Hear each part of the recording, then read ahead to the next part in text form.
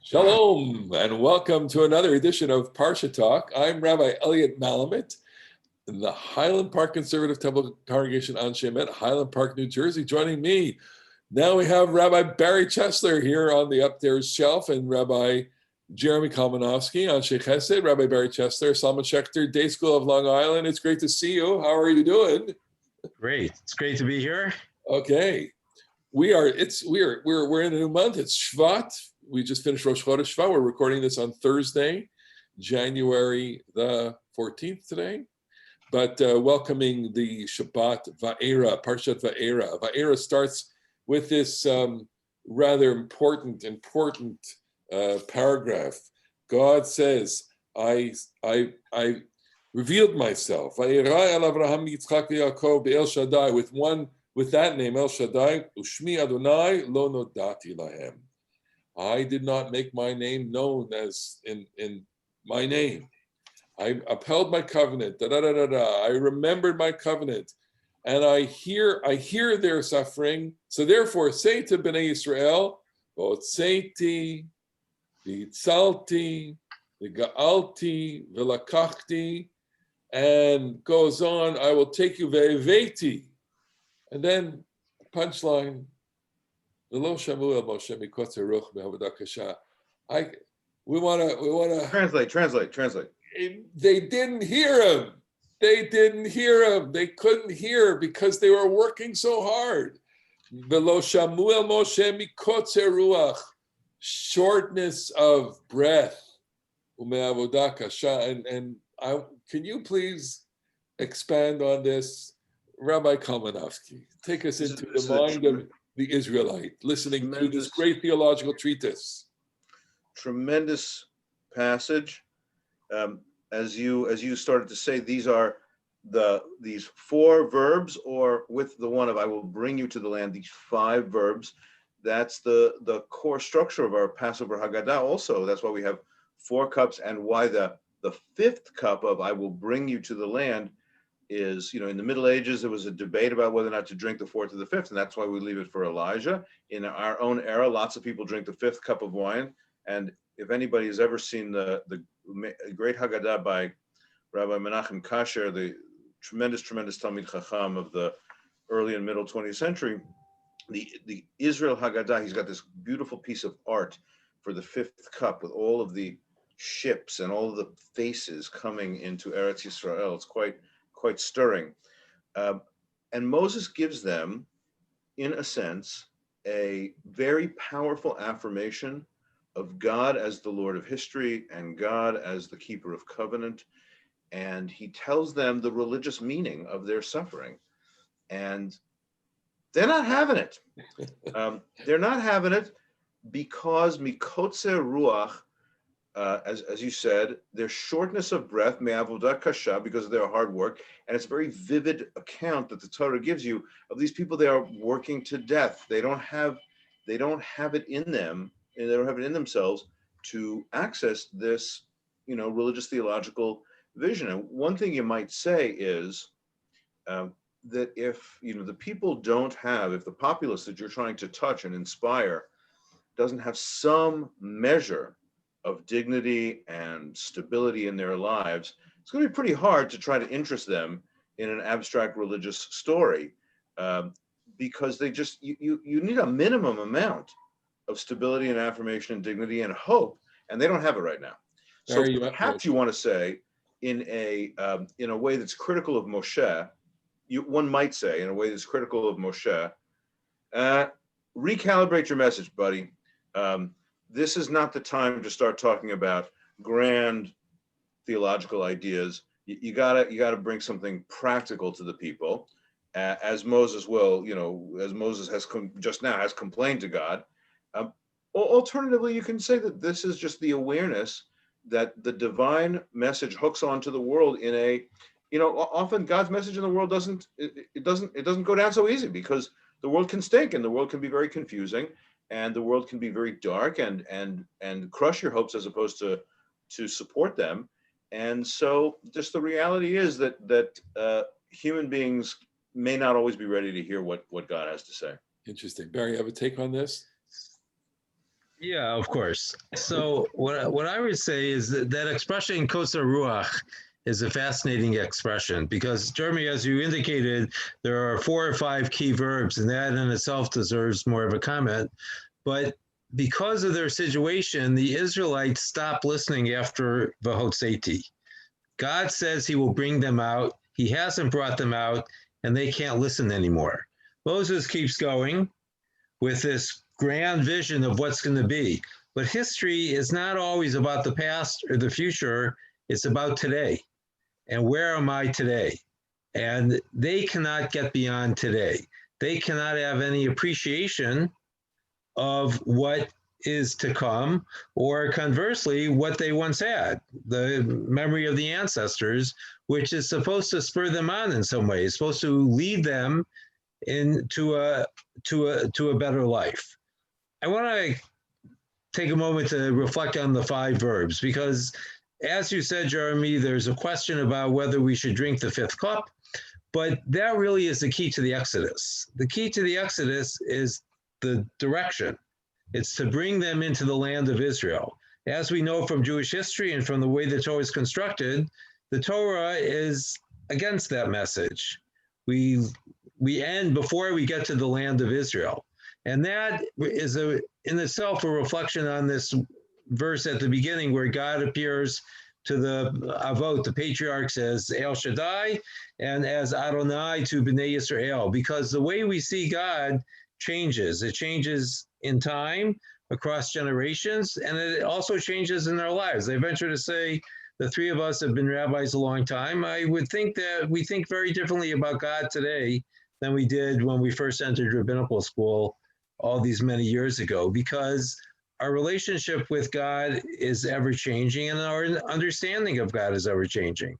And there is something striking about this idea that the purpose of the Exodus is undermined historically. And what are we left with historically? We're left with a story about the Exodus, which is what the Seder really is. We're not, we often forget the Seder was designed by rabbis who were living in the land of Israel, but in Galut. And what they had was that story. And that story is a story of redemption. And that has to transcend the Kosher Ruach. So I'm going to have to meditate on what you said because while I agree, I'm sorry, while I agree with you that our reading, our weekly reading, our annual reading of the Torah stops at the end of Devarim, and of course the Torah stops there.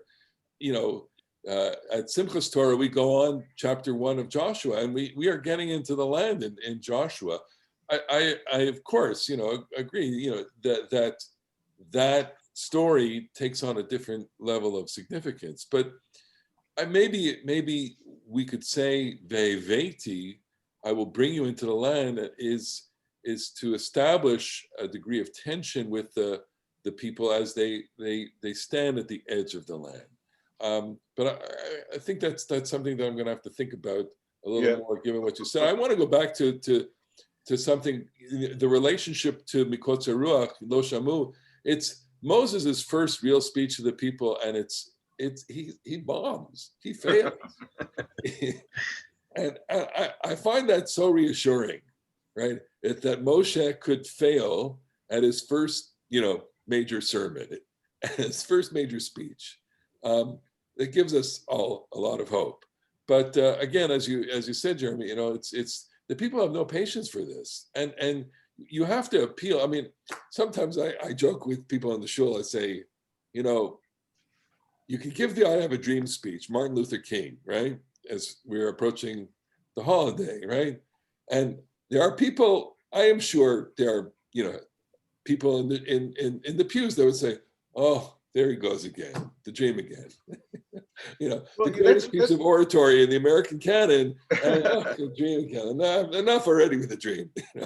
That's really interesting. By the way, first of all, this is always going to come up right around MLK Day, as it is this year, and that accessing that feeling of hope and meaning, and that there is direction to your suffering, there's meaning to your suffering, is obviously a major part of this Martin Luther King story and a great triumph of him as a leader. And I just have a small anecdote.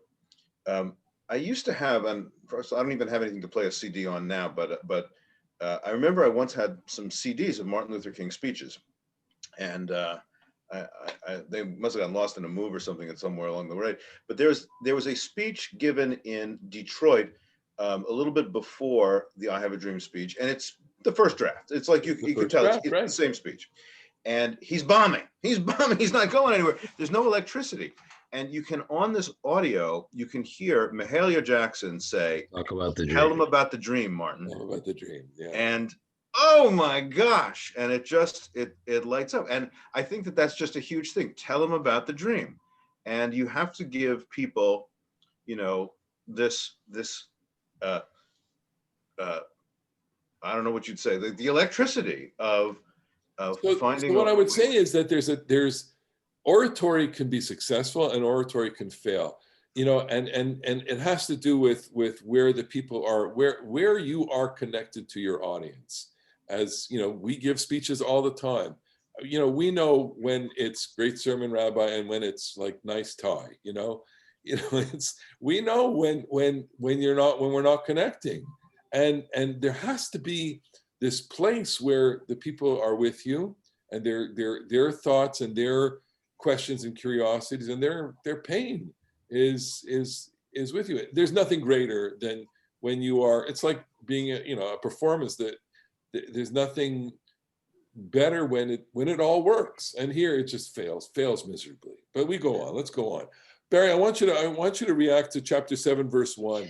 I want you to talk to us about Re'ei netaticha Elohim leFaro. God says to Moses, I am going to make you a god to Pharaoh. Va'aron achicha yeh neviecha. So again, classic narrative, compressing all these issues into this verse. What's going on in this verse? I'm going to make you God to Pharaoh, and Aaron will be your prophet. Go ahead. So Moses himself is a reluctant prophet. And as we think about him in his formation, he wants to remain behind the scenes. And in fact, that is how God is. God is behind the scenes, and Aaron is going to be his front man. And I think it's an invitation for us to really think about what the relationship is between God and prophets and ourselves as the people. And here, Moses is going to fulfill the divine role of being behind the scenes. He's going to tell Aaron what to say, just like God tells Moses what to say. And Aaron's going to deliver the message. Now, the question that we have to ask ourselves is, who is this good for? It's good for Aaron. We don't even get a reaction from Aaron. Aaron doesn't say, oh, I'd rather not, which would have been Moses's reaction. And he doesn't say, oh, thank you. I've always wanted to do this, and now I finally have my chance. He's completely silent. And that silence is going to be echoed in VAERA after the death of his sons. Moses, on the other hand, is self-described as Arel Sifatayim, a man of uncircumcised lips, a stammerer. And I think here we're supposed to think of God in that way as well, because God actually acts behind the scenes. We want him to be active. We want to see him, but that's not really how God works. God sends his message into the world, and we have to respond to it. We don't get God himself. Interesting. Jeremy, you have a take on that, or we can move to the dominant theme here. I want to just take this for a second. V'yadu Mitzrayim ki ani Adonai. That what we're getting set up in the whole narrative of the plagues is a face-off. It's a face-off between God and Pharaoh. And is this a good frame to see this story? Is this the frame, one frame, or how do you relate to this as the theme of the Exodus story, Jim? Yeah, it's a good and hard question. I do think that there is a bullying quality to the story, because if God is all powerful, God could have done all of this without all the nastiness, right? God could have said, I'm going to make a a tremendously obvious sign, and Pharaoh's going to go. But from the very beginning, God said to Moses back at the burning bush, "Listen, I know he's not going to agree. He's going to have to be beaten into agreeing. He's only biyad chazakah is he going to agree to this." So Pharaoh, the model here and the paradigm for the arrogant human being who thinks that nothing is more important or more powerful than himself, has to be subdued. God is, as we say in the Amidah, machnia zedim. God has to subdue Pharaoh's arrogance and cruelty. I have to say, as a modern person, I kind of wish it was simpler. I kind of wish it was a little bit less bloody, and I kind of wish that the God of all the cosmos didn't have to beat up so much on one arrogant ruler. But this is the story that I think the Torah is telling us. Pharaoh, who was, in the words of Ezekiel, calls himself the crocodile of the Nile. I'm the one who made this river. Human beings think that they when they rise to power, you might be thinking of some people, who are powerful in the United States. They rise to power and they think that the only thing that matters is themselves and their own achievements. And at least part of the message that there is a God in the world is that there is a scale and a yardstick that is not about you. So I do think that God has to knock Pharaoh down, and in particular, as we were speaking about beforehand, and people can do some reading, each of the plagues is in one way or another aimed at a black eye for some element in Egyptian religion and culture, right? Like you worship the sun, no sun. You worship the river, no river. You worship the frogs as a symbol of fertility, I will turn them into a symbol of disgusting. So each element does want to undercut Egypt as a culture. So I'm curious, you brought up a really important issue, which is that there's quite a lot of distance between us and our world and this world, and our aesthetic sensibilities. There's a lot. It's just messy. It's ugly. It stinks. I mean, this narrative goes into all the senses here. They can't see each other. That's with the plague of darkness. The Nile turns to blood. We get the frogs. It stinks, and we're gonna have lice and scratch. It's freedom doesn't come on a silver platter. I mean, to paraphrase an Israeli poet, the Hebrew poet, right? It's not, you don't get it b'magash hakesed. It's a messy process. It's not aesthetic. What's aesthetic here, I guess, is the structure of the narrative. But Barry, you have any thoughts on this? I think it's worth looking at the heaviness of the narrative. Things increase in heaviness. There's a heaviness associated with Pharaoh's heart hardening, which kavod sometimes means heavy. There is the kavod, which is God's weighty presence. And there's a way that things are going to weigh down as they move on. I was struck by what Jeremy said. The last plague is the denial of life, right? Pharaoh's son is taken from him, and that's when he capitulates. Everything else is happening around him, not exactly to him. He could finesse it, but once his own son is taken, then he gives in, because then he realizes that he's not in control. He can't brush that aside, especially since we're led to believe that his son is the heir. So it's not just that Pharaoh is touched himself, but the future of Egypt is threatened as well. And go on. No, it comes in next week's Parsha, and I'm sure we'll have a chance to talk. So let's just reel back here to our opening scenes here. The scene. There's a lot of magic here, and magic displays.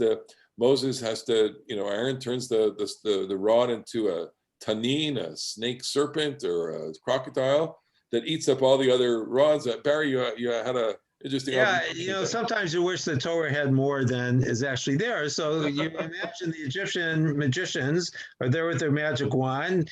Aaron throws his down and is made into a snake. They throw theirs down, made into snakes. Aaron eats theirs. And we're left wondering, well, how are they reacting? They've just lost their magic wand. How are they supposed to go on? It's not like Aaron says, fooled you, here it is. That's the last we hear of it. I mean, I've never really thought about that before. Yeah. Well, there is because they're going to continue to do magic as we move on. Sure. there is the great humor in some of these aspects of the plagues. Absolutely. I think that the Egyptians are portrayed as doofuses. Like Moshe and Aaron turn the river into blood, and they say, "Oh, no big deal. We can make more blood." Well, no. So I want to focus because I think this is a very serious theme in certainly in the Torah and also in the commentary on it. And I focused on Lecha Paro Baboker, go to Pharaoh in the morning. Hine Yotzei Hamayim, he's coming out of the water.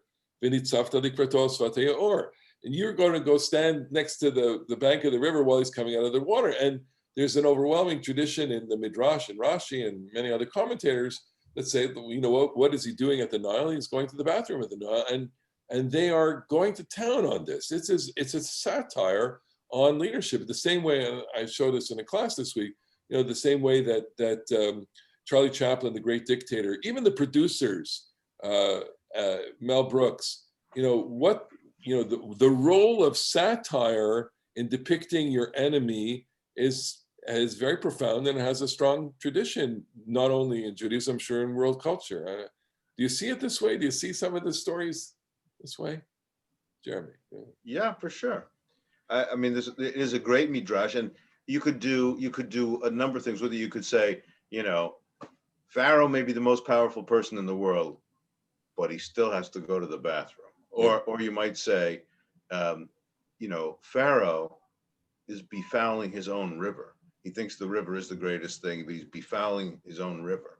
Right. And the river is, the source of life in Egypt. It turns back on itself and it produces this swarm of disgusting, amphibians who they're in their dead bodies, just decompose and stink in the street. So I think that there is, it gets crueler and crueler as it goes on and grosser as it goes on. But yes, it's all about, listen, we have a great tradition in Judaism in Midrash. Lamelech basar vadam, what is this like? I'm going to tell you the distinction between the human king and the divine king, and Melech Elyon and Melech Evyon, between the supernal king and the poverty of a mortal king. And so part of this is, Pharaoh, you think you're so hot, not so. Let's talk about frogs. Well, many of them are just one big one. Well, this is the machloket. This is the debate between Rabbi Akiva and Rabbi Elazar, I believe it is. But Ta'al Hatzfardeya. I think Jim Henson says something about frogs also. Go ahead. So the verse is, and chapter 8, verse 2, by the way, thank you all of our listeners. We're so happy to have you and all our viewers. Vayet Aharon et yado al memei Mitzrayim. Aaron extends his arm over the waters of Egypt, Ta'al Hatzfardeya, and the frog came up. So there's a machloket. The machloket, a debate. Was it one frog or many frogs? In Hebrew is a kind of very dexterous language that you can have a collective singular, or is it one frog? So Rabbi Akiva says it's one frog that burst into little frogs. Yeah. And I think it was Rabbi Elazar who said, there were all the frogs there, but the one frog said, now's the time. Yeah, the one frog whistled and all the other frogs came. The frog, I think, is to mimic the snake. Because if you read the continuation of the verse, when the Egyptian magicians do it, it's in the plural. They're going to, obviously the magicians are in the plural, but so are the Sfardaim. So just like Aaron has one snake that swallows up all the snakes, this is the one frog that's going to account for all the other frogs that the Egyptians can make as well. I mean, and the stench of Egypt. I think that's what's missing in movies. Yes. Right? We see and we hear, but we don't smell. And sometimes that is palpable. And here it is as well, because the language is redolent of a bad odor. Redolent. So we move from Dam Sardea Kinim Arov Dever Shchin Barad. Talk to me about Barad, hail, the end of the Parsha. Barry. What do you got? Barry, Well, what do you got? so the hail is historic. Nothing like this has ever happened to Egypt before. And this, I think, ties in with the weightiness scene, is that these plagues are expanding geometrically. They're much greater than what's come before. And you could almost sense the foundations of Egyptian society and civilization crumbling. And in fact, the hail is attacking everything. It's doing a lot of damage as well.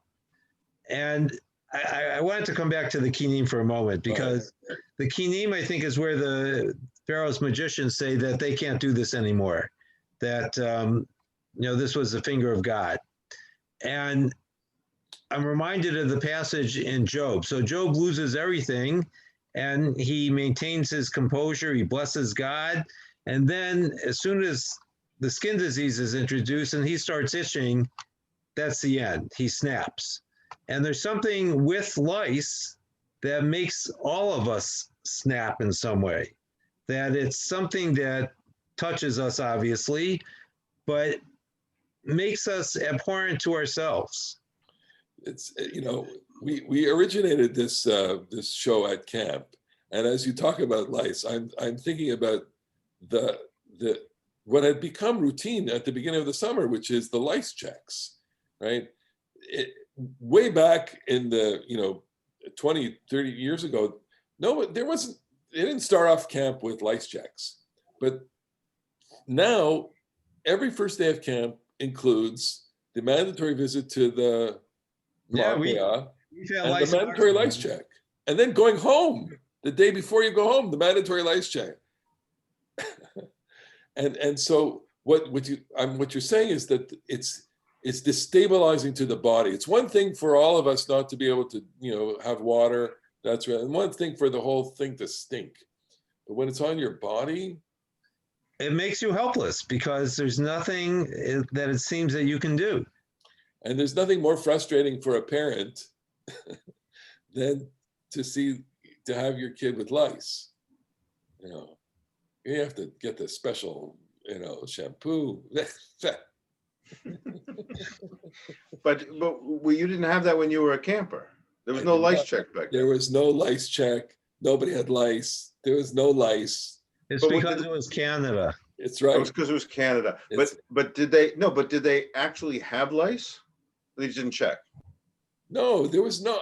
I do not remember a single episode of lice ever. In all the years I was a camper and a staff member at Vermont, Canada. In the Berkshires, all of a sudden there's lice. There is, because now you sound like Donald Trump. If we didn't test for COVID, we wouldn't find COVID. No.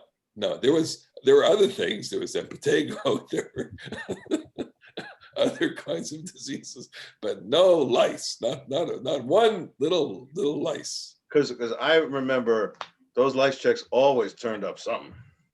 That's true. God. So okay, Barad. The theme coming through this. Ein kamona b'chol haaretz, laman seper shmi b'chol haaretz. I want my name known. God, I want my name known throughout the whole world. Now, this is interesting to me, at least partly because in this context with Pharaoh, it's this contest of power. Laman saper shmi, right? You have to know, Pharaoh, you think that you're God, I'm actually God. But it is also true that the theme of Exodus, from the burning bush to the Aseret HaDibrot to the 13 attributes of mercy, is about the progressive revelation of the divine name. Moshe says at the burning bush, "What's your name?" And God gives the combination of Ehyeh and Yud Hey Vav Hey. In today's Parsha, it's portrayed, even though the word Yud Hey Vav Hey is used in Breshit, this Parsha portrays, either because it's representing some sort of different tradition or some sort of nuance, that Abraham and Isaac and Jacob did not have the access to my name. But I will give it to you. At the 10 Commandments, we begin with Anochi, and after the golden calf business, God says, "Okay, I'm going to make my glory pass before you and pronounce the name, and I'll give you Adonai Adonai El Rachum B'Chanun." So I do think that the theology of the Bible is closely tied to the question of the presentation of the divine name. whether that's the power towards Pharaoh or the intimacy towards Moshe. All right, so we're coming up to our close here. I just want to, I touched on this idea that Moses, failed at the beginning. The speech fails. But how would you rate Moses' job performance, approval ratings as he proceeds through the Parsha? What do you think's happening in the mind of we have Moses and Aaron, we have God, we have Pharaoh, we have the Egyptian magicians, and we have Bnei Israel. So can you give me a sense of what they're experiencing, either through text or midrash? Barry, you want to give it a shot? So I think Moses is coming to the recognition that he can do this. And one of the things that we don't really think about, because we're so used to reading the Torah and we know the story certainly superficially very well as it unfolds, is that Moses doesn't know what's going to happen next either, right? He's not privy to the sequence of plagues. God tells him to do something and he does it and it doesn't work. He tells him to do something else, he does it, and it still doesn't work.